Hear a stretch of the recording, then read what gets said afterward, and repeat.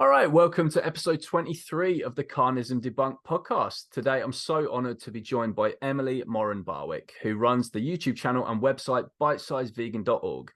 I consider Emily one of the OGs of the YouTube vegan game, so it's great that she's with me today for a chat. So, Emily, welcome to the show. Thank you so much for having me. No problem at all. It's great to have you on. So, what's been happening recently? Tell us about what's been going on because, you were making a lot of like consistent content and stuff over the years, and then you like went away for a while, and now you're back with some stuff. So tell us all the what's been happening in your life and what's been going on with your channel and all that kind of stuff. Oh, wow. That's a really big question. Well, yeah, I mean, in the beginning, I started Bite Size Vegan having no idea what I was doing. I had never really been on YouTube, have no idea. Technology terrifies me. But I just wanted to, and I was actually in medical school at the time, but I wanted to try to find a way to reach people where they were. And even though this wasn't my experience, I knew most people were consuming their information in social media, but also knew that like most of that information was kind of fluffy garbage or just just insane stuff. And then also the fact that like when you're looking for information about veganism, it can be so extremely overwhelming. And so I wanted to try to find a way to simplify these things, bring them to an accessible way, but in a way that wasn't like more garbage noise, you know. Anyways, I'm getting off track already. But yeah, I started that, and then it kind of just like it kind of grew unexpectedly, and I started putting out more and more. And something about me is that I don't know how to scale things like or how to adjust to things. And so I was putting out 2 to 3 videos a week, and then it was like, oh, now I'm also going to be speaking internationally, and now I'm also managing this and this, and now I have all of this stuff going on, and I don't know how to dynamically adjust. And I just kept putting more and more in, and so I didn't sleep. I didn't do absolutely anything other than crank this stuff out. I look back at the thing. I mean, I would go from nothing to research, writing a script, filming, producing, animating, editing, all of that within like a 1 to 2 day turnaround, even for super like dicey topics like, is abortion vegan, or things that I would dive into. And it's like, and then it's like, okay, next one. And like history of veganism was like a 30-minute, piece. And I'd still 2 days like crank that sucker out. So inevitably, and I kept it going longer than should have been humanly possible, but it's like I would land myself in the ER in the hospital, but I'd bring the computer so that I get the next upload. I mean, it was bananas. I don't advise anyone do that ever. So yeah, eventually I hit a wall, like well after I should have hit a wall. And I spent time like what I'd been wanting to do for that whole period is like get enough perspective to be able to find a way to do this sustainably. And most of that time was me trying to find a way to bring in other people. That's the logical thing that one would do.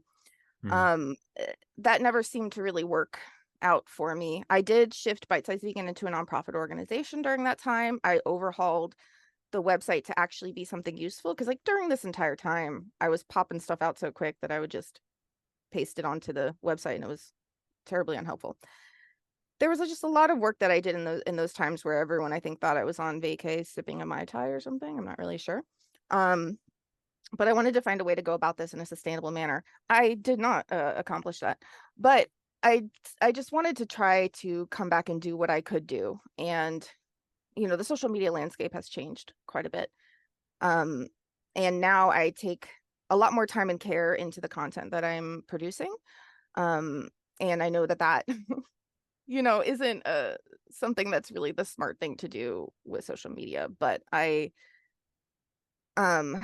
still feel like there's something to be said for putting something out that you put a lot of thought and consideration into. I feel like I'm just rambling a lot. Well, no, let me ask you about that point, because what is it that is the point you're getting at there, that we put so much time as YouTubers into making content for sometimes quite little reward? Because that's what I found as a vegan YouTuber. That's why I found things like Instagram Reels personally for me to be more rewarding. I can make an Instagram Reel in like half an hour, and it's getting like thousands of shares and views and comments and blah, blah, blah. Then I'll spend like a whole day making a YouTube video, and like it takes you a day? Oh man. Yeah, and it like doesn't get shared, or it doesn't It Like took you me it took me 2 months to make the last one. yeah, I think the longest Mm. YouTube video I ever did, I think, was the book review of that Declaration of War by Screaming Wolf. I think that took me probably just probably like a full day to make. So I'm still pretty quick. I'm still pretty nifty with Mm. even the long form content.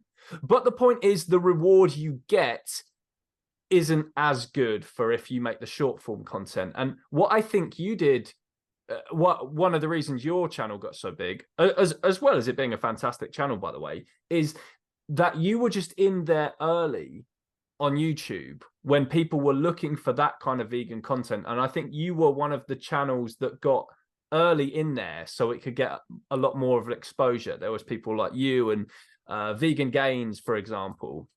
So channels like that always kind of had the big subscriber counts and stuff like that. I'm finding it very hard now for the newer vegan YouTubers. Like, are you noticing that when new vegan YouTubers come in, they're just not getting anything?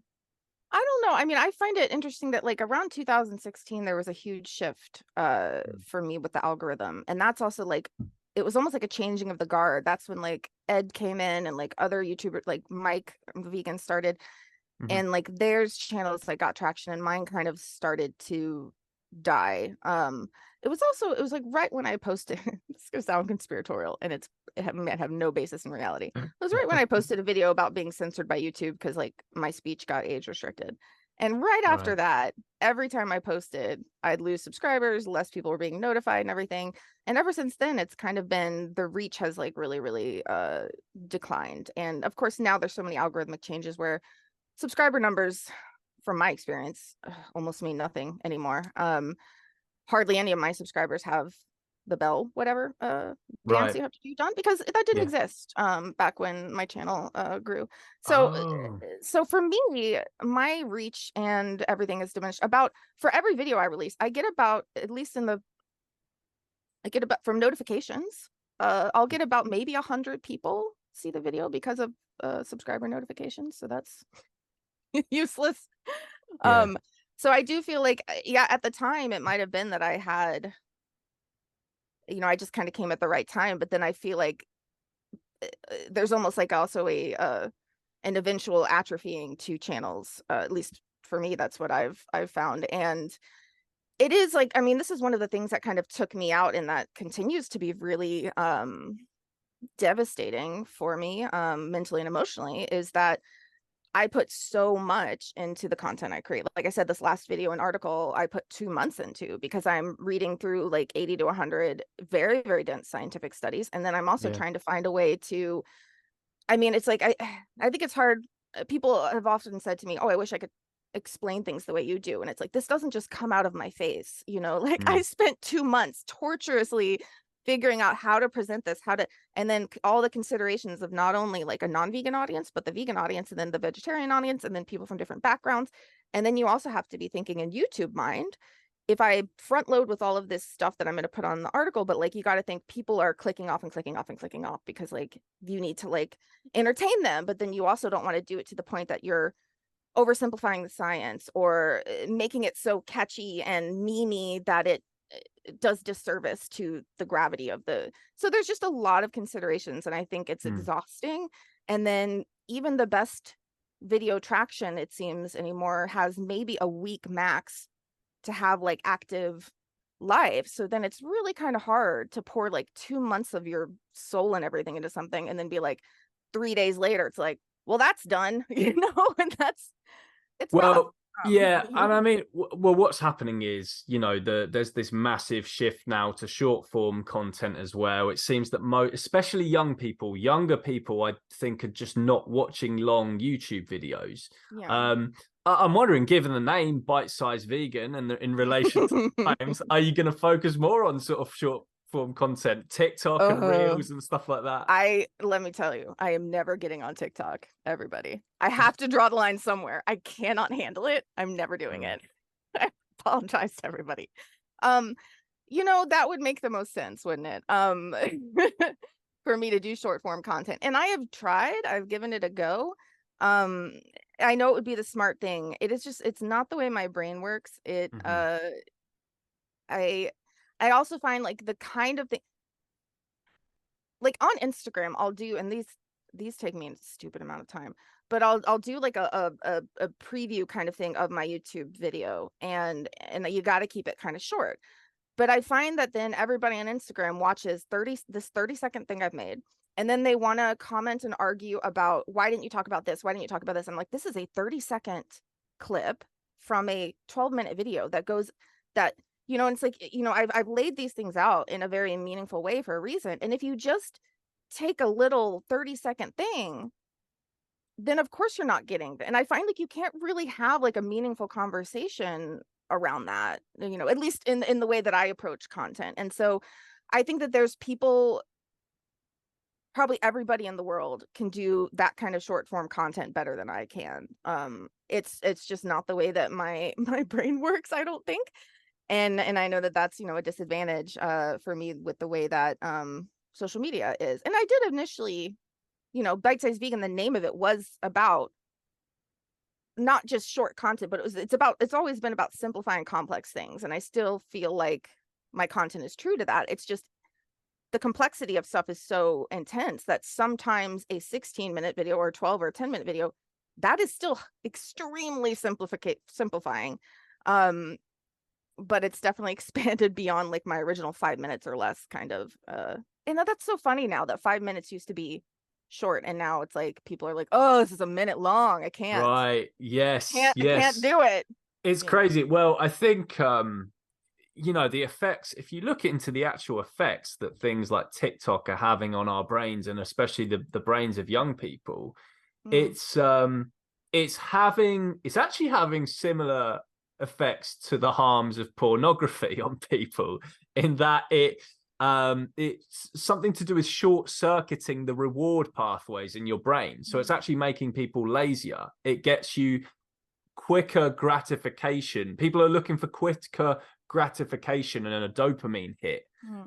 now more than ever. So it's like they see even on TikTok a video is 3 minutes long and they're skipping through, or they're like, oh, 3 minutes kind of thing. Yeah. Because people Well, just want to scroll and then boom, they've got this hook and whatever it is.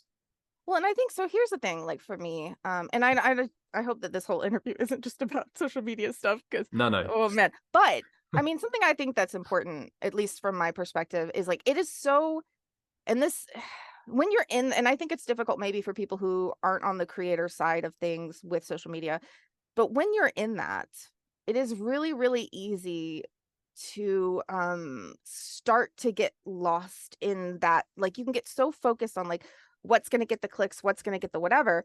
And then the thing I've always tried to resist and be really mindful of, which is really difficult when you're in that, is not letting the platforms shape and warp what I'm doing to the point that it ends up actually, I might reach more people if I do it in this way, but then what I'm reaching them with is so far from my initial goal and my initial message that it's like, what's the point? Yeah, Yeah. like I could reach a lot more people with something that has lost all of its meaning and all of its integrity. And as you're saying, like the kind of, the downsides and the negative sides of kind of being like, okay, well then I'll just get on this bandwagon because this is what people want.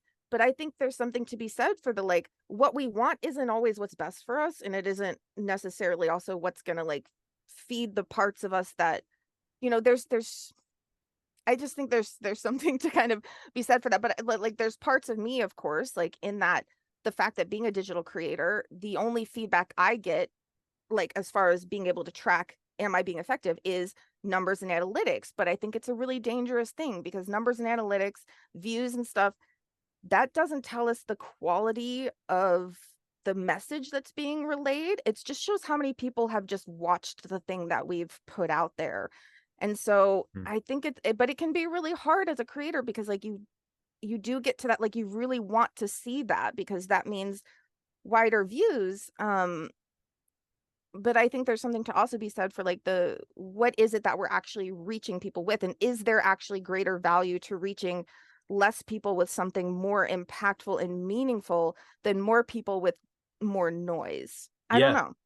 Yeah, so a focus on quality over quantity, basically. Well, I think it's about striking a fine balance, because you Yeah. can have those videos where you've got loads and loads of quality information there. But I think in order to grow your channel nowadays, you've got to hook people with that short form content, and just that bam, bam, bam, 3 little nuggets of information in like a 40-second video or something like that, that a teenager Mhm. could look at and go, oh, wow, I never thought about that before. Cow's milk is for cows and not for humans. Oh my God, Mhm. bacon is a group 1 carcinogen classed by the World Health Organization, yet we're calling veganism unhealthy. Just these like quick little tidbits that, you know what, we get, because you and I have been vegan for so long now. I think what happens is you almost start to forget what it was that made you, just think these messages just seem so simple to us and not almost not relevant anymore. Cow's milk is for baby cows, whatever. It just seems like such an old kind of cliche to us now that it's kind of lost its meaning. But then if you put it in a short form video or something like that, I mean, I did a video about that pretty much on TikTok. That was my best performing short video I've ever done. It got like 500,000 views on TikTok, and it's just about how Wow. you wouldn't see a rhino needing to drink camel milk, and giraffes don't need to drink cat's milk, and that kind of stuff. So it's just this kind of stuff that we might seem. It's like when I watched Gary Yourofsky's speech back, right? Because it was Gary whose speech it was that actually made me go vegan in the first place. And I see all these little boom, boom, boom little bits in there that I've just kind of forgotten about almost. But it's like, well, hang on, that was actually the thing that made me go vegan, right? There's a saying, keep it simple, stupid, right? And I think that's what Gary's so good at in his advocacy, because even though he's making loads of really intricate actual wider points, the bits he actually hooks you with, each of those could make a short form video in themselves, couldn't they? Like a 15-second long video or something that it's like, damn, I didn't think of it that way before. Do you know what I'm saying? Well, no, I definitely think there's, again, I know that there's valuable ways to use short form content. I guess I'm just saying that like I'm not the person to do that, Yeah. because I just don't. It's just so not in my wheelhouse, and despite the name bite size vegan, again, I still feel like at least I do simplify stuff. But yeah, I think there's so many more. The youths can do it so much better than Yeah. me. So Maybe you should change your name to Gobstopper sized vegan. I don't know what that means. That must Oh, be. do you not have Gobstoppers in the US? Oh, we might. I don't know. They're giant, what you would call like balls of candy or whatever in the Oh, US. like a jawbreaker, I think is what Oh, they is are. that what they called in the US? They might be Jawbreaker. called that here. I'm so bad with anything. Maybe, well, again, like to me, the bite-sized vegan was the simplification of complex topics, and it is because, like with my most recent video and article, if I had relayed the fullness of everything, it would have been like a 5-week intensive course Yeah, instead of like it is still simplifying a lot into something very, very dense. Um, but yeah, absolutely. No, and that's what I love about the recent video you did, which we'll get into later. I think yeah. there was a fantastic way of putting all that information into a digestible video. But But I how understand for like modern audiences, like that is still to them like reading War and Peace. They're like, "Boo, so long." tell us tell us your vegan story anyway, Emily. I think a lot of people might be interested to know about like how, because as I say, you're one of the OGs of the vegan game. I remember you from YouTube from like 2014, 15, maybe. I can't remember what it was, Yeah, it but started in 2013, but it was like me with my shaved head right up in my computer camera, looking right. Oh, fantastic. I'll have to dig out some of those old. Are they still up on your Oh channel? God, please don't. They are there. They are there, and they are amazing. Like I was editing with, I Yeah. still, guess what? I still edit with iMovie. I can't handle anything else. Oh yeah, no, I'm an iMovie stan iMovie, as well. I do all my animations with freaking Keynote and PowerPoint. It's insane. Wow. You've got to get on the Canva Pro train, Emily. Nope, I can't do it. I tried. PowerPoint is all my thumbnails. PowerPoint. I love PowerPoint so much. Anyways, oh, my vegan story. Your Okay. vegan story. It's so not a story even. I don't know when I went vegan officially. I do know that my mom said around age 4, I started to refuse to eat anything I could tell came from an animal. Mhm. I would only she'd only be able to get me to eat animal stuff if she kind of disguised it, which is like so telling. That's kind of what we do with all kids, you know. Anyways, so it was kind of, I think, with me from the start that I just, if I could tell something came from an animal, I didn't want to eat it. But Yeah. you know, I still, I think, consumed, you know, dairy and eggs for sure for, you know, part of my, or I don't even know how far in, but the more I, you know, kind of learned and made those connections. But like I think that like the emotional connection, or like the empathetic connection, like to me, I may have a whole video on my channel actually that's called How Autism Connects Me with Animals. And like, you know, I didn't know I was autistic when I was a kid. I found out in my 30s. But I think that there's something to be said for that, that like, to me, eh, communication's always been profoundly challenging for me, and it's really, really difficult for me to ever feel that I'm actually being understood. And especially growing up and not knowing this about myself, and not being able to understand how other people are doing this communication, it never even occurred to me ever in my life that other animals, just because they couldn't say things to me in a way I could understand it, I didn't ever assume that they weren't having as rich of experiences and emotions and inner lives as I was, because I Mhm. also, you know, kind of knew what it was like to have so much going on inside me and not be able to communicate it in a way that anyone could seem to understand and connect with. So I just never really viewed other animals as like not having those experiences just because I couldn't see that from them, or hear that from them directly. I just kind of always Mm. by default assume that, you know, why not assume that until proved otherwise, you know, versus what we do as humans, which is like, we learn that fish can feel pain by hurting them over and over and over again. And guess what? They've been feeling pain that entire time. So why don't we just why don't we just assume that they do and not have to prove it to ourselves? Yeah. You know, it's ridiculous. And then when did you fully make the switch and go, boom, I'm I vegan? don't, that's the thing, I don't know. I don't have a date. Yeah. It's so disappointing to Let's everybody. and what about a rough decade? Was it like the 80s, 90s? When do you think? Would be the 90s, right?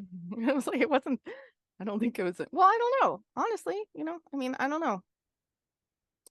What do you think that there is a link between autism and veganism? Because you were talking about, you know, you found out that you're autistic growing up. Do you think there is some kind of link there with autistic people and seeing stuff that maybe neurotypical people don't see about animal oppression? Or do you think there is any kind of link or no? I would think so. I've heard from a lot of autistics, you know, like on the content I've posted about, you know, about that. I think that in every, I mean, let me just say though that every autistic person is different. Like if you've met one autistic person, you've met one autistic person. We definitely have, you know, Mm. commonalities in our neurotype and in the like the lovely thing. Oh my God, let me tell you, like talking to another autistic person, oh, you can use like 3 words instead of 100 to try to explain something and they just get it. Anyways, but I think that there's, we see the world differently. And we also tend to see a lot of things and a lot of connections that maybe neurotypicals don't quite see, you know. And then so it comes with a lot of beautiful things and a lot of challenges. Like I've always said that the hardest part about being autistic is living in a non-autistic world, and the hardest part of being vegan is living in a Yeah. non-vegan world. And I actually, for me, my experience of autism is very similar to what I see as the experience of new vegans, which is that all your blinders get ripped off and suddenly you Mm. see the pain and the suffering everywhere and you're not able to block it out anymore. And it's this kind of like a painful, overwhelming influx of all of this input where like now instead of cheese, you're seeing babies ripped away from mothers, and now it's and all of that, and you can't turn it off. And it's so much. And eventually, you know, people's brains like build back up some buffers, you know, and ways to kind of cope with that again. For me, I don't Yeah. have any of those buffers. I feel like I see and feel everything all at once all the time. And like as a child, I, you know, would feel like the weight of the world on me all the time of like the suffering. I wrote poetry as like a 5-year-old Yeah. about a man dying of AIDS and about the social stigma of it as a 5-year-old. I mean, what are you doing, 5-year-old? And you know, and then just like of animals, and like I was big into the Diane Fossey Foundation. Anyways, so I do feel like there is, I've talked to a lot of autistics who do have experience with that. So I do think that there is something there. And of course, unfortunately, the most prominent autistic, especially the most prominent female autistic, is Temple Grandin. Oh, And yeah. and her and so and there's Which certain proves the aspects. difference between Well, autistic people. oh my goodness, I have got some things. Anyway, well, like the fact, and I do like make a joke about that a little bit in the opener of that video that I have, but that, like, Temple Grandin talks about how, because of the way her brain is wired as an autistic, that she's able to see the world the way animals do, and that she's able to get in from their perspective and understand what scares them and all this. And somehow for her, the Mm. her conclusion with this is like, I'm going to design ways to kill them. And Right. it's like, and so while I agree that, like, my experience as an autistic person, like, helps me identify with the experience of non-human animals, my conclusion was quite different from Now, hers.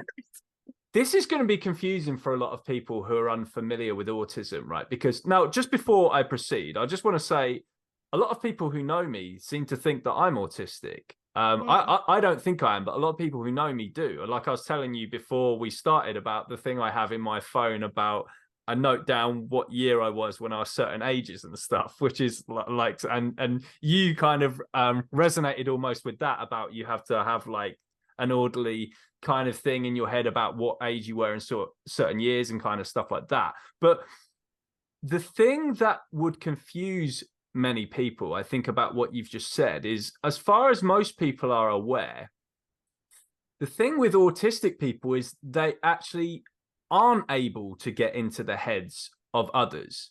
mm. And that's one of the drawbacks that can come with being autistic.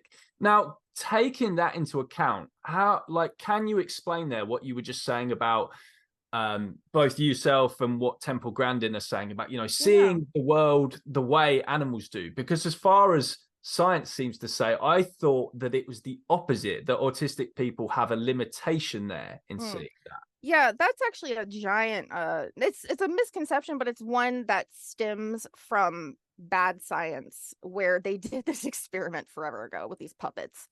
And they put like they had like they put like a, I don't know if it was like a what some puppet put something in a under something, and the other puppet didn't see it happen, and it's like the autistic kids weren't able to understand that, Yes, like that. And it's like, but they took that and they go, oh, autistics can't empathize and they can't get, and it's just, right. it's from this banana study.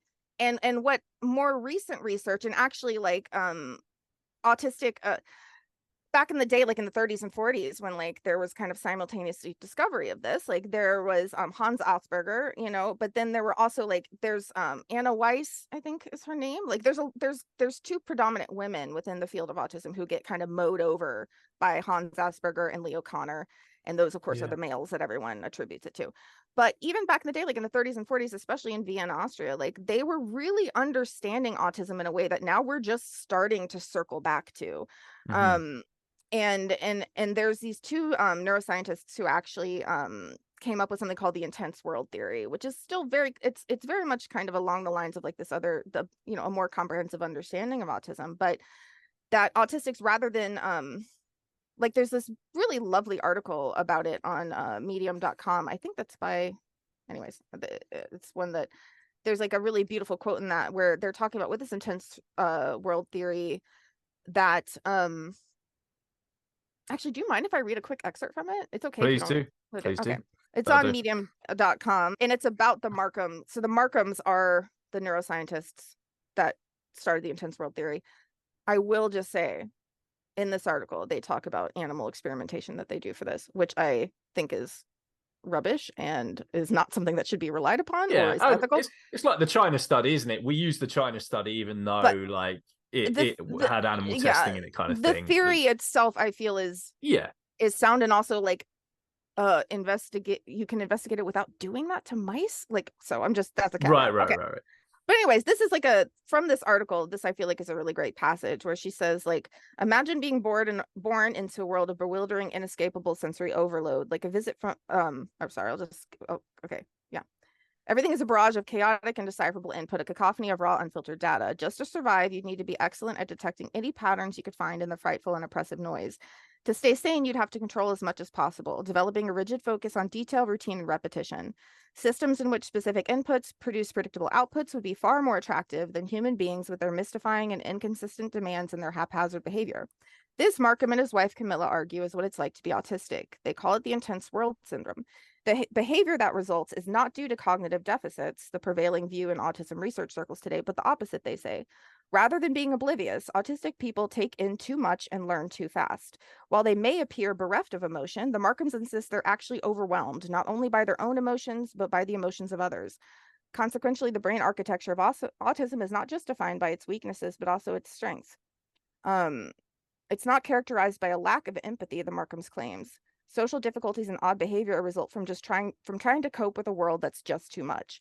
And again, none of this can be blanketed to all autistics, but I find that, like, to me, I seem to have had since birth almost like an overwhelming amount of empathy that's debilitating. I've somehow always been able to put myself in other people's places, and also kind of, even as Mm. a child, if someone was mean to me or if I had traumatic experiences in my youth, um I would I kind of use this to almost invalidate my own emotions, but it's like if someone was really mean, or if something, aggressive or something happened, even as a very, very young child, I'd be like, you know what? They are likely going through something in their life that is then Mm. causing this to happen, where they're striking out in this way. And I would always have this like extreme care and consideration for where people might be coming from and what wounds they might be reacting from.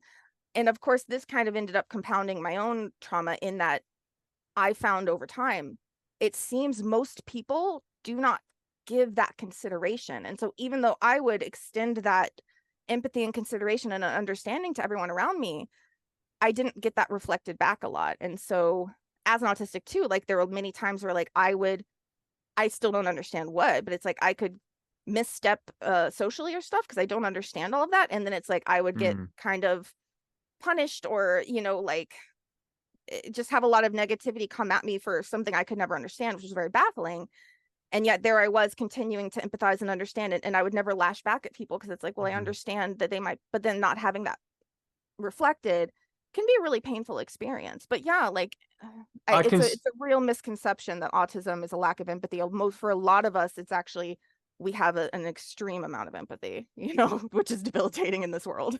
Well, like you said a moment ago, all autistic people are different. And while you can get autistic people just like a neurotypical person who could have no empathy, just like neurotypical people who have lots of empathy, an autistic person can also have lots of empathy. But with that autistic person with lots of empathy, it's like a sensory overload. It's like the world itself is almost like too much for you. I mean, what you just mentioned about there, it just sounds like every kind of interaction you ever had as a kid.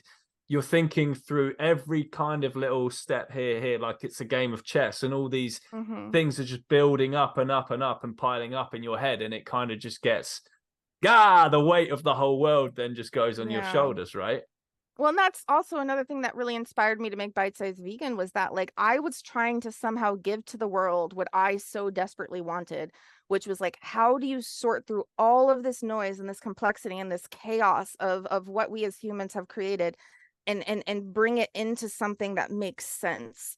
And it's like I was wanting to try to give that to other people, like the thing that I so wanted and was never able to find. And Mm. that's still why it feels so insane that I chose to Oh. do this, because it's like it is it is a painful process for me to do, but it's like I find value in that. But for me it is like there's, like it's everything all at once all the time, like I see Yeah.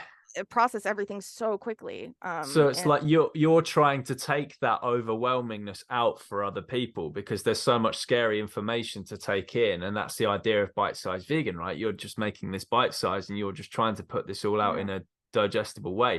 Did you, when you were a child, did you sort of stand out from the other kids? I'm just imagining like an autistic vegan girl, like at school, how that must have been coping, like in the class and stuff. Were you always the kid who was considered different kind of thing, or what was your like life like at school? Well, I didn't know I was autistic until into my 30s. I mean, Wow. it's Okay. like I knew it did seem to me that I experienced the world in a different way, Right. but I also wasn't able to validate that for myself, because so there was a lot of, I mean, 3 decades of my life of being like, why does it feel like everything is so much harder for me? Like, or why do I, or just thinking that other people are just better able to, I couldn't quite understand how things just kind of made sense to people. Right. So it was a lot of like, I mean, it was very, very distressing. And I think I think as far as like standing out, I think I've always been like kind of seen as a weird person. I've never understood social cliques and that kind of stuff. I really Yeah. lucked out, I think, in elementary and high school, in that I had like a course, and like it was different in elementary and high school, that I had like a core person friend that we just happened to find one another. And then I had some other friends who were also just kind of, weirdish Yeah. as people.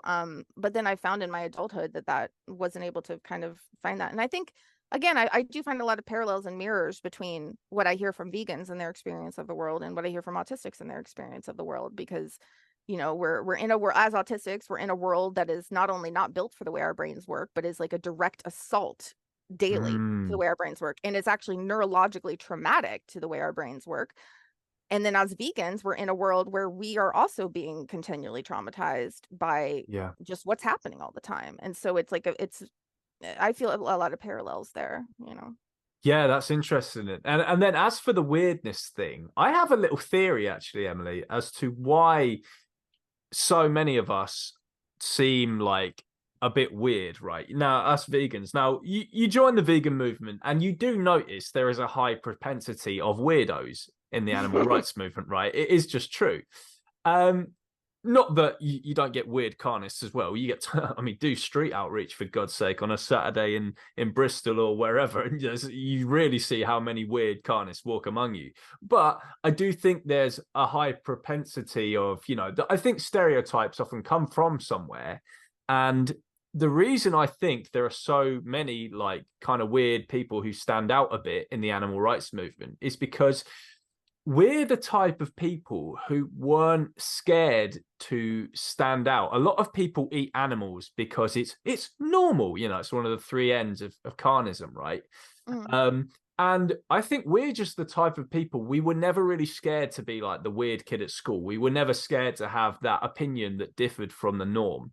A lot of people, they just drift through life, holding the opinions they hold, being the way they are, having the views that they do, not asking the questions they should ask because they just want to conform. They just want to fit in. They just want to be the normal kid. People like to feel normal. Whereas us vegans, I don't think we really care about feeling normal, do we? Hence, we're vegan. We stand up against injustice. I don't know if that's blanket true, because I feel there is, and that's kind of one of the things I really found in the study, or like the studies I was looking at, or just in my own experience, is that like I think it's really easy for us as vegans to kind of do this, like, to kind of want to make the like, oh well, we don't care about X, Y, or Z. But I think that we still have, so I mean, we're still humans, and we still have much of the same, like, you see, even within once you get into the vegan community, there's so much like social and political dynamics in there of craving acceptance, of, you find that like they find that like, whereas for non-vegans and omnivores, there's like a more negative view of ethical vegans than there is of environmental and health vegans. It's flipped on its head within the vegan community, that ethical vegans are, seen as superior, and then even health vegans worry about being attacked by ethical vegans. And so this like social stratification and this wanting to fit in and wanting to not be rejected, we're still doing it. We're just Right. now doing it in our little sphere. And I'm not saying everybody, but I'm just saying it's by no means absent amongst us. I think there's definitely parts of me that crave, for sure, crave acceptance. And I think every human, like, I craves acceptance, and in that invalidation and all of those things. To me, it's more the fact that like the rights of animals and the justice of it, that's just too important, to me. Yeah, And for me, even health wise, if being vegan was the unhealthiest thing I could possibly do for myself, I would still do it. of course. Because to me, it's about the the ethics and the justice and the ethical imperative of it. And so if that means that I have no friends and I have a heart attack, you know. Now, talk to us about your great video that you did recently, which is The Reason People Hate Vegans. Have I got the title right? Is that the exact title of the video? It's The Science of Why People Hate Vegans. The Science of Why People Hate Vegans. It's a great video, everyone. I really recommend that you check this out if you're listening to this podcast. So it's on bitesizedvegan.org YouTube channel, The Science of Why People Hate Vegans. And it's one of my favorite videos from Emily. Tell us about the findings of the study and stuff that you're referencing in the video. Just tell us about what you're talking about in that video. Oh, well, there's over 80 studies that I summarized.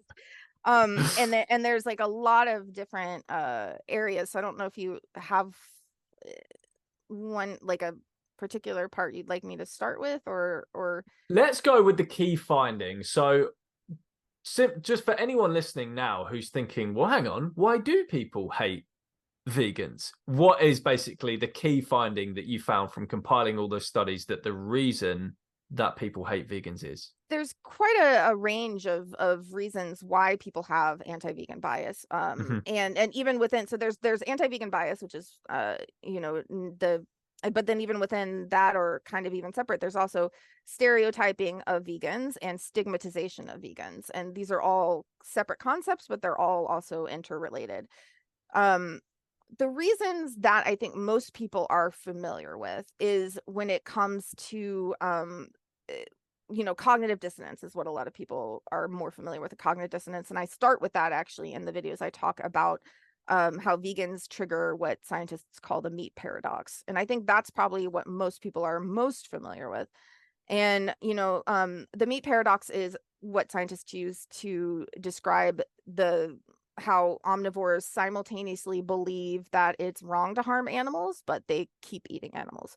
Yeah. And even within that, and like I get into this in the article, but I don't into the video, there's multiple kinds of cognitive dissonance. And so there's like classic dissonance theory, which focuses on like inconsistency. And that would be something like, I eat animals and I don't like to hurt animals. So that's an inconsistent dual thought. Then there's a dissonance that emphasizes what's called aversive consequences. And that is more of, I eat meat and eating meat harms animals. Then there's like self-consistency and self-affirmation, which is like, I eat meat, compassionate people don't hurt animals. And so there's, even within this, there's multiple things, but there's Hank Rothgerber is a researcher who's done a ton of stuff into the cognitive dissonance aspect of things. And he actually has coined something called meat-related cognitive dissonance, I think. And so he's found that like omnivores have a ton of different defenses to both prevent feeling the guilt associated with eating meat, and also to reduce the guilt once it does arise. Right. And one of those many methods is to attack the person that triggered that discomfort within them, and that's the vegan. And that's kind of, and that, again, this is like a very human thing. It's a lot of I read other studies outside of veganism. And it's, it's also something we intuitively kind of see, that like it's very human nature to lash out at people that we perceive as a threat. And it's a lot easier to project that onto someone else than to look at what's coming up in us, like about us. And so the meat paradox and that cognitive dissonance is like, a lot of that comes from like the fact that we do want to see ourselves as good people. Studies do show that, people tend to rate themselves above average morally. But we also we see ourselves as good people. We also, by and large, don't believe that good people hurt animals. Right. And we can use, and I even say in the video, in the article, that like we can, for most meat eaters and omnivores, like that, it's not like a constant state of distress by any means. Like we're able to like live with this conflicting belief because so much of society and other people are within that with us. And so we're not being challenged by it constantly. And so, but the thing about vegans is just the presence of a vegan, or even the mention of a vegan, like highlights the fact that this is actually a choice. to Hmm. eat animals. This is a choice, a conscious, or, I mean, it's unconscious a lot of times, but like a vegan shows that it's possible to not eat and consume animals. And so that then brings up a lot of threats to self-identity, Yeah. threats to sense of self, and so that can come out sideways with, and this is like not all defenses that come out from this are attacking omnivores. There's a ton that I didn't get into that, I think I've gone into with other videos and stuff where you have different justifications, rationalizations, all of those things. So there's tons of different defenses that can come out, but just like I was focusing on the defense of attacking the messenger essentially, or even it's not even the messenger. That's another thing that showed, is like just the mention of a vegan alone will trigger these kinds of defenses. Um That's and weird, isn't it? It's like we don't even have to really say or do anything. Just the fact that yeah. we exist is an attack to their Well, self-identity. It's a threat. and again, this is a human thing. It's not just about veganism, and you even have it within the vegan spectrum and stuff, where I think every vegan, or most vegans I've talked to, have had the experience of when it comes up that they're vegan, the non-vegan will immediately start, again, this is where it's like it's not always a negative attack. Like they might start being like, oh well, I don't eat that much meat, or oh I don't, it's like they start kind Right. of, This you know happens a lot now. yeah, I've yeah, noticed it and in street outreach videos and stuff you see on YouTube. yeah, That this is happening so much lately, where they'll say to, it'll be like an AV event or a We the Free event or whatever, and the first thing the bystander seems to say now is, "Oh, I don't eat much meat," and that kind of thing. So is that why that's this is happening? yeah, so that is so like Hank Rothgerber, like I said, he one of the defenses that he talks about is, I think, the one he calls perceived behavioral change. And so he's saying that like it's one of the meat related cognitive dissonance tactics that attempts to disrupt thoughts that the meat eater is bringing harm to animals.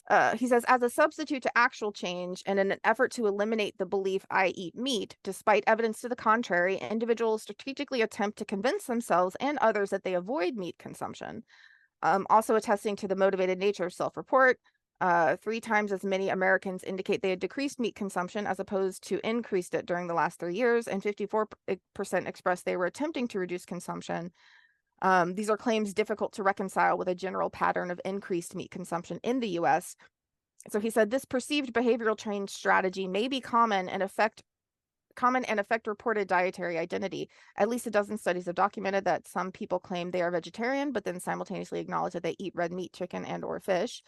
And so he's saying like it's clear the estimates of vegetarianism are predicated upon how vegetarianism is defined, blah, blah, blah.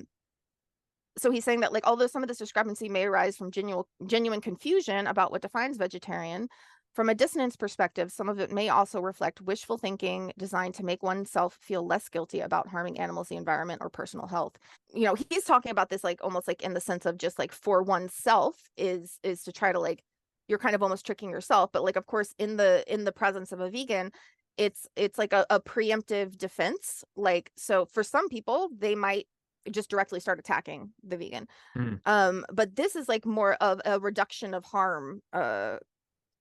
One of the defenses that's about reducing perceived harm and kind of increasing one's perceived behavioral changes, because you do like there is that instant judgment, which is like kind of like leads into like some of the other areas I talked about, which I think are less fully explored in a lot of the stuff that I've seen as far as like Would would reasons. would Mhm. you say it's fair to say that most people who say they reduce their meat intake are actually lying? I don't think so. I mean, I don't have full statistics on this. Like, Yeah. well, as far as like when you're talking about lying, like obviously Hank Rothgerber is showing in his study that like what people are reporting as far as reduction is not reflected by the actual meat consumption. Hmm. I think that there may also be areas of I mean, when I say like lying, I guess when I hear lying, it sounds like an intentional thing. And I think a lot of these defenses and a lot of this stuff that comes up is not generally like it's not like a thought through, oh, I'm gonna lie about this. Like it just kind of happens, you know, and it's this Hmm. very unexamined things that we do as people. And it might be that we have a sense that it's true. You know, I think most people I don't think actually sit down and track like what they're what they're Is eating. it like they're lying to themselves and outwardly projecting that almost? It's like they're comforting themselves with a lie and then Yeah, they're possibly in some senses, in some cases, you know. I think it's also just like in that moment, like you really don't. I've always said that, like, I think one of the biggest reasons people don't go vegan is like is because of the pain of confronting that, like of like it mm, means kind of looking at and accepting what you've been a part of, and that is profoundly challenging and painful. But again, I just want to emphasize that, like, this is a human thing. Like it's not a non-vegan thing or an omnivore thing. And like, and I've experienced this a lot. So I don't drink alcohol. I never have. I don't like it. And I find that when I say this to people, they're like, "Oh, well, I don't drink that much," and blah blah. And it's like, it. I see. I'm okay if you drink. I didn't say a thing about alcohol, but it's that human thing, and like Yeah, everybody does it. Or like if someone starts talking about how they're working out, and you're like, "Oh, well, I'm gonna start working out." You know, I mean, right. we're just humans. Like this is just what we do, you know. And I know that it can get a lot more charged around things as charged as you know, eating meat and eating animals and all that. And so it's like kind of like these reactions put on steroids, you know. And but it is, I always think it's important to emphasize this is a human thing. This is not something that vegans don't do or that we're immune to by any means. We do the same crap all the time, you know, like, yeah, we might not do it about animals anymore, but we do it about freaking everything else, you know? So it's just the more that we can see that, the more that we can, instead of seeing this person's a liar and this person's deluded and this person, you know, cares more about whatever than the animals, the more that we can like try to kind of see past that and be like, oh, this person is reacting from this very human place that I still react from and that I can understand and I can empathize from, and kind of try to reduce the charge of it. And that's not to say that we're taking out the very real severity of what we're fighting against and what we're dealing with. But in these moments, in working with people, like the best thing sometimes in these moments that we can do for the animals is to remove that charge, to see that humanity in it, and be able to then continue a dialogue with that person in a less charged environment. And that is like a way in which like they can actually have these discussions. And one of the things that I've always done, and that isn't necessarily easy, is that I take their inquiries on face value every time, even when it comes to me in a very snarky package. And so I had like multiple conversation threads on the posts I made about this video, like on, you know, on YouTube, on Instagram and stuff. And I would have people come up with like, well, what about all the animals that you kill in harvesting? You know, and these kinds of things. And I'll come back and be like, hey, you know, I actually have a video on that. It's a little outdated, but you can look at it here. And I really appreciate you bringing that up. I understand how that can, you know, seem like a contradiction and blah blah blah. Or, you know, it's like the millionth plus time that someone has brought this thing to me.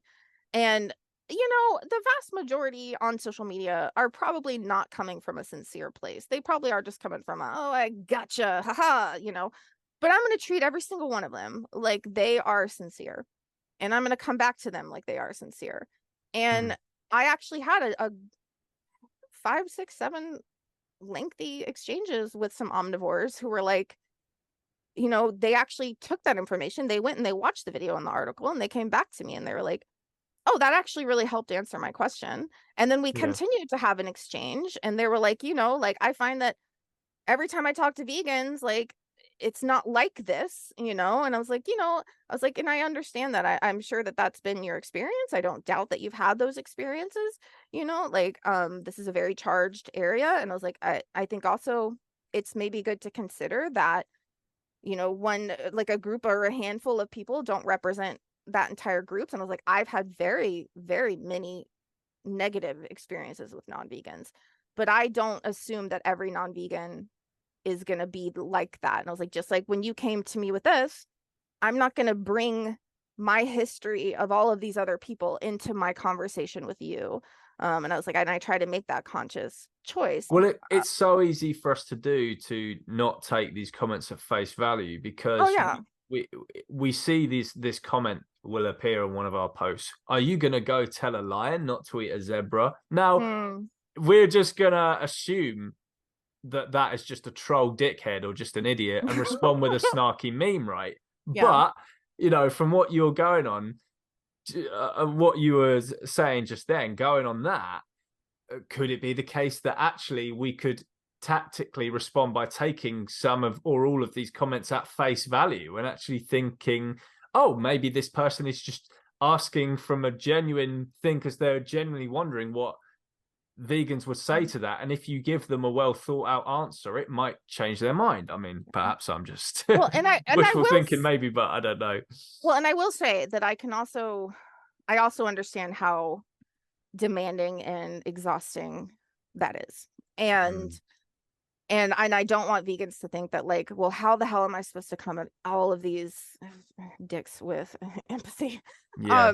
You know, there, because like I said, like on social media, you're gonna get people who just, you know, and a lot of times after the first or second exchange, when I've been very, very patient, very, very empathetic and grounded, and all I'm getting back is that, you know, and it you can kind of find when this person is not at a place of being open to this. And so usually I'll just, you know, I'll say like a final thing and then I'll just let that be. You know, I'm not going to revisit that. But also that exchange though, and I actually did see this in the Instagram thread where I stopped responding to this one person who was very evidently just like not happening. And then I saw other people be like, well, look how compassionate and patient she's been with this person who is just like being so rude. But it's like, here's the, you know, I don't know how many people are going to see that comment thread, but here's evidence for people in the world that vegans can come and talk to you in a grounded, non-confrontational manner, even if you're being a dick, you know. Yeah.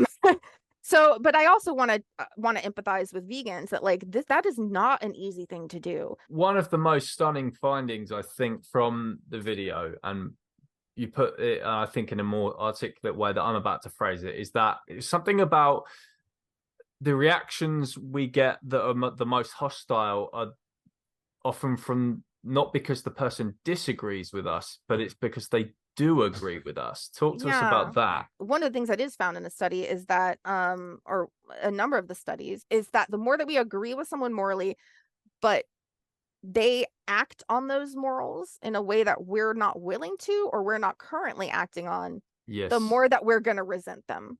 And that's right. That's common across the board. That's not just about veganism. It's about any moral quandary or any moral behavior. But this is what makes negative impressions of vegans so confusing within all of this, because studies show, and I do talk about this in the video, that omnivores perceive vegans and vegetarians as moral and even rate them as more moral than other non-vegans.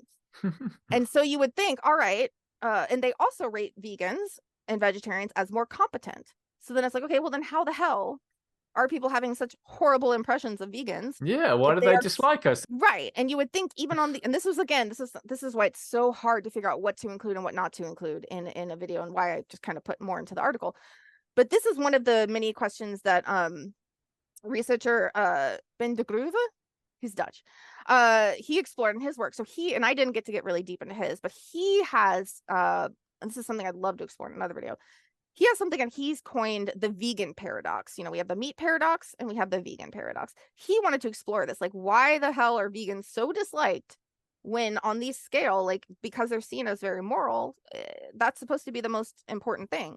Yeah. So what he said is, like, what happens is that there's moral and then there's moralistic. And what moralistic is like when you see someone as like being self-righteous and narrow-minded about their morals and all the things. And he says that impression ends up tipping the scales, where yes, they see vegans as moral, but they also see them as very moralistic, which is that self-righteousness and like thinking they're better and all of these things.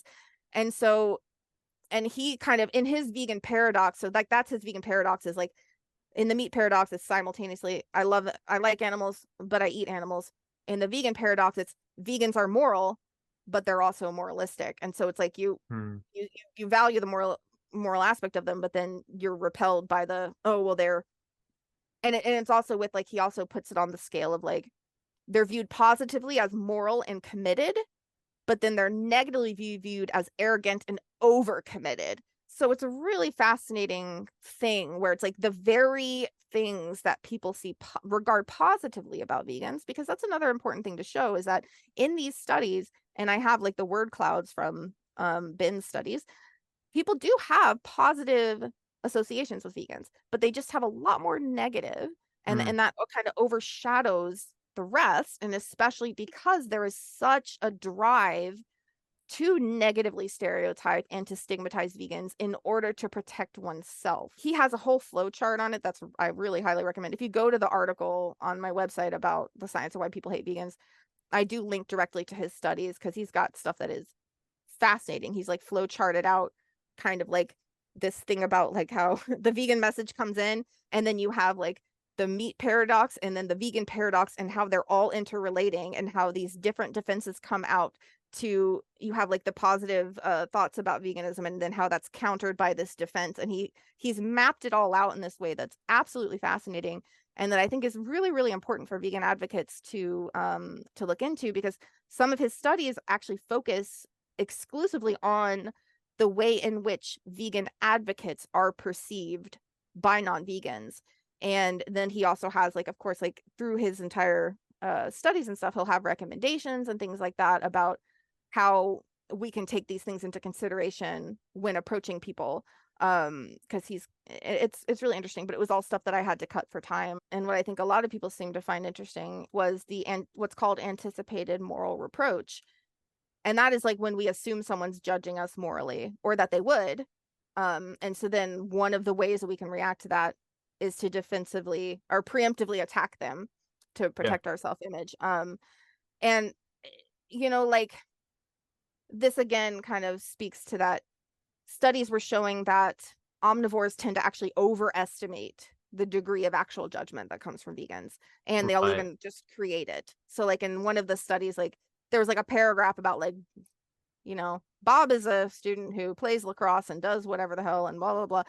He's a vegetarian, blah blah blah, more and more and more about him.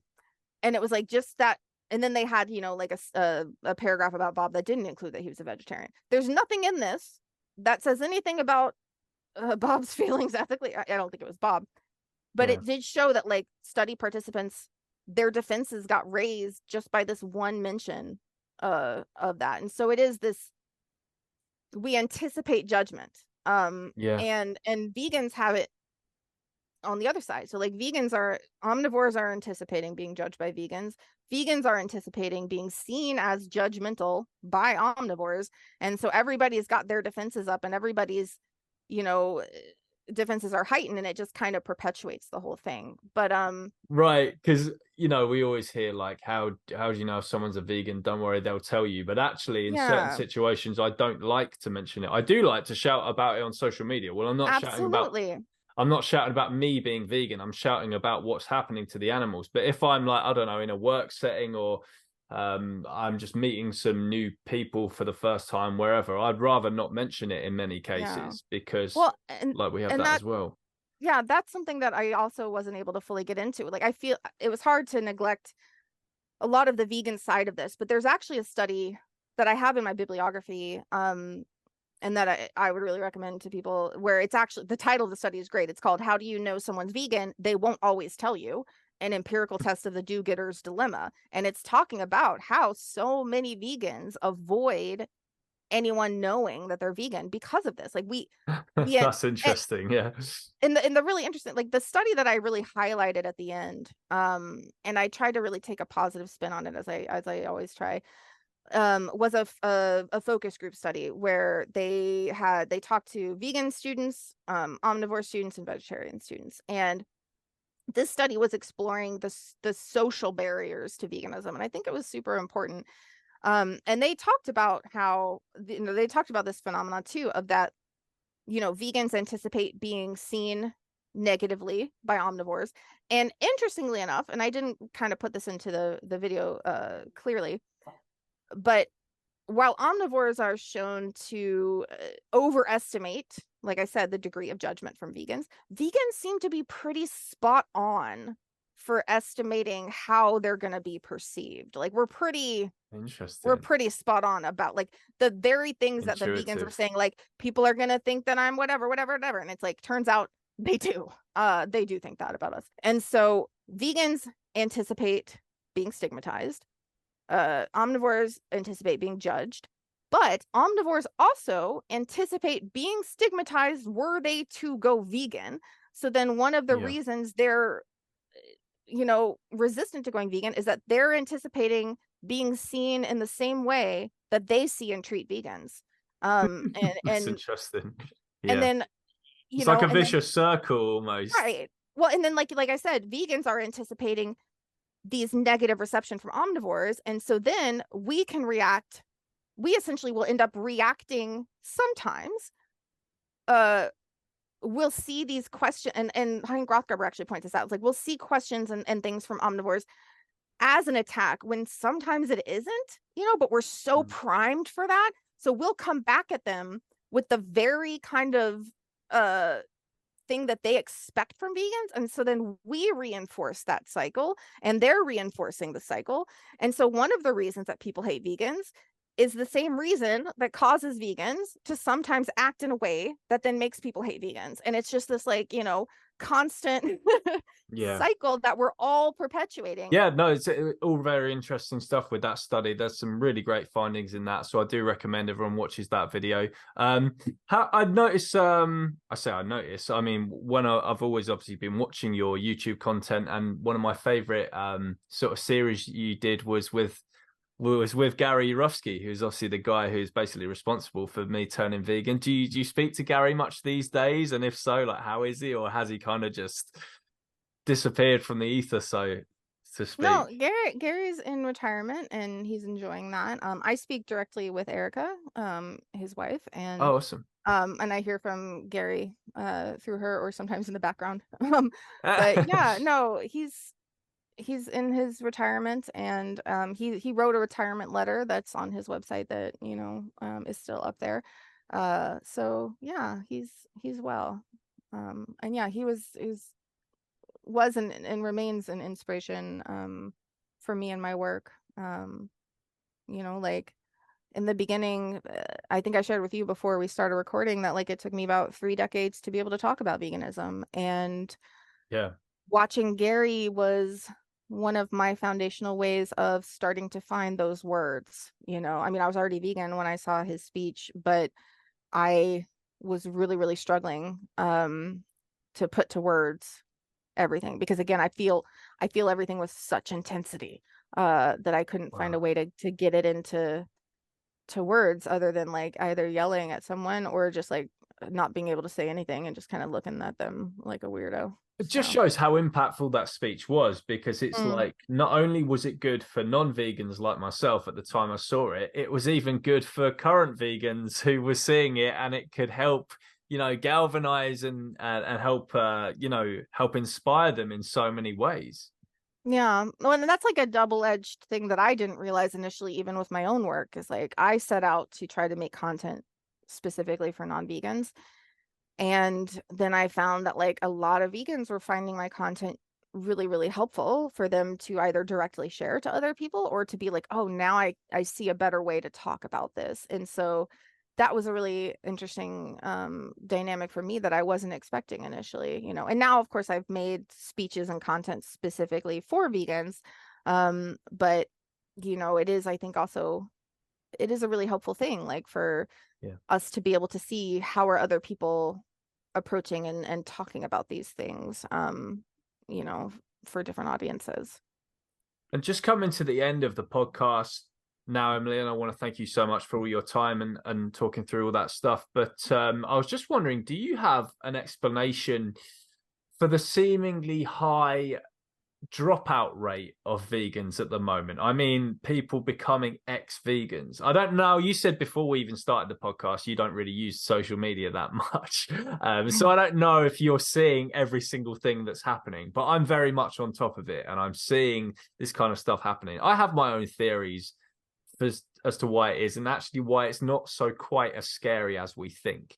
But do you have any theories on that? Why there's seemingly a higher rate than usual of, I'm no longer vegan posts and stuff and these silly videos that people make?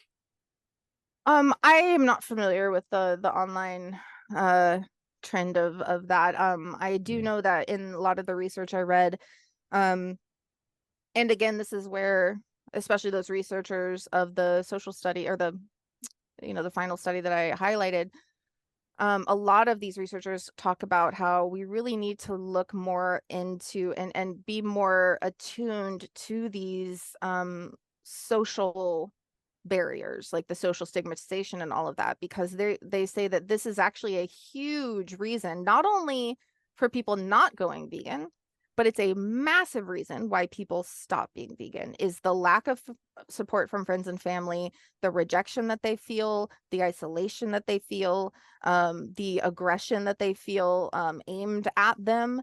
And that is like a huge driver of not being vegan or like stopping being vegan.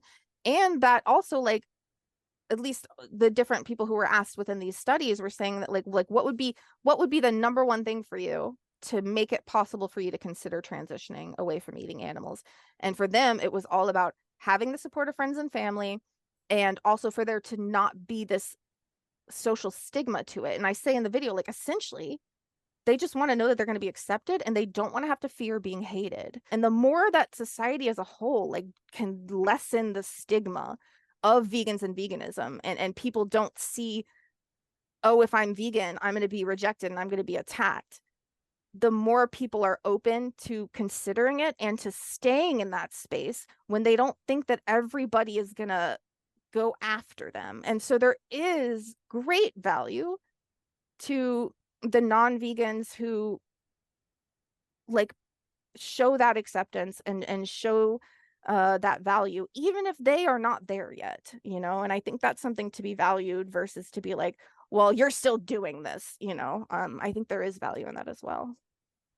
Yeah, well, I just want to give a message of reassurance to the vegans who are saying, what is with all this dropout rate and blah, blah, blah. And my simple explanation is this is just going to happen as the numbers climb. So number one, what happened was, I'd say in about 2000, between the years of about 2012 to 2017, there was a boom, right? Veganism, certainly I'd say towards about 2016, 17, just became normalized and way more mainstream than it ever has been. And as a result, we just had this giant influx of new vegans. And then as time's gone on, you are going to get the flakes, you are going to get the dropouts, right? So I would just say to any vegans who are feeling a bit alarmed by this, don't be alarmed. As the animal rights movement grows, the number of ex-vegans will naturally just grow with that. That's going to happen. Whereas in the, in the 90s and the early noughties, you just had that really dedicated, hardcore, small pool of vegans. So you didn't really have much of a dropout rate. But now you're going to see that because so many people have leapt on it in recent years. And with the proliferation of social media as well, and how everyone can make their statements so public and it gets shared around and that so easily, this kind of thing is going to happen. So that's just my message of reassurance on top of what Emily has just said there to end the podcast. But thank you so much, Emily, for coming on. It was an honor to speak to you. As I said, you're one of the OGs of the vegan YouTube game, and it was great to sit down and have a chat with you and hear all your thoughts about that stuff. And what a fantastic video that was you did recently, and keep up the amazing content. It's great to see you back on YouTube. Thank you so much for having me and for your work.